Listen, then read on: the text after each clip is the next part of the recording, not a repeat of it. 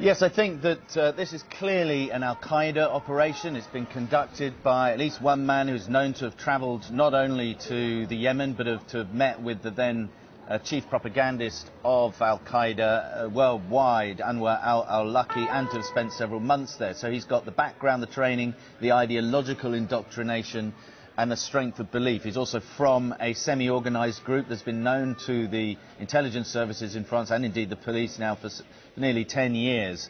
And this double incident is a classic Al-Qaeda tactic. Now, we have reports of 5 hostages in the kosher grocery. There are reports as yet unverified, but being reported by Agence France Presse, that 2 people in that building were killed, and that's what we heard from an eyewitness earlier on today, or a police spokesman.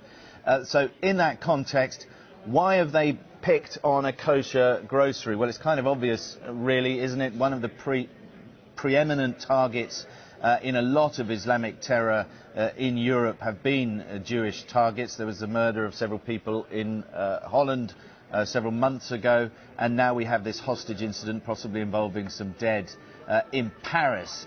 Now, why pick on the Jews of France? Well, they're the 3rd largest Jewish population outside of Israel in the world, or 2nd largest outside of Israel in the world. The largest in Europe are in France. There's some 500,000 to 600,000 French Jews, but over the last 10 years they have been leaving or hedging for their own security and moving assets and indeed their families very often to Israel, which has seen a surge in Jewish immigration to Israel precisely because of the fear of this sort of terrorism, that they will be singled out by radical Islamists and risk being murdered. Now, clearly that is going to send shockwaves through the European Jewish community, but particularly the French Jewish community, and that, of course, is part of the intent of this Al-Qaeda operation.